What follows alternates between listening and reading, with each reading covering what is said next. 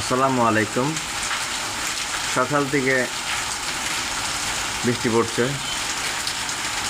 ফজর নামাজের ঠিক পরেই যখন মুসল্লিরা বের হলো, ঠিক তার 2 মিনিট পরেই বৃষ্টি শুরু হলো। বৃষ্টিটা খুব দরকার। চমৎকার আবহাওয়া।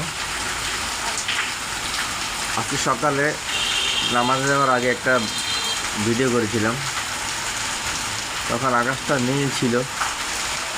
হঠাৎ করে ফজর নামাজের পরেই আকাশটা মেঘে ভরে গেল। আল্লাহর রহমত উপর থেকে পড়ছে, আলহামদুলিল্লাহ।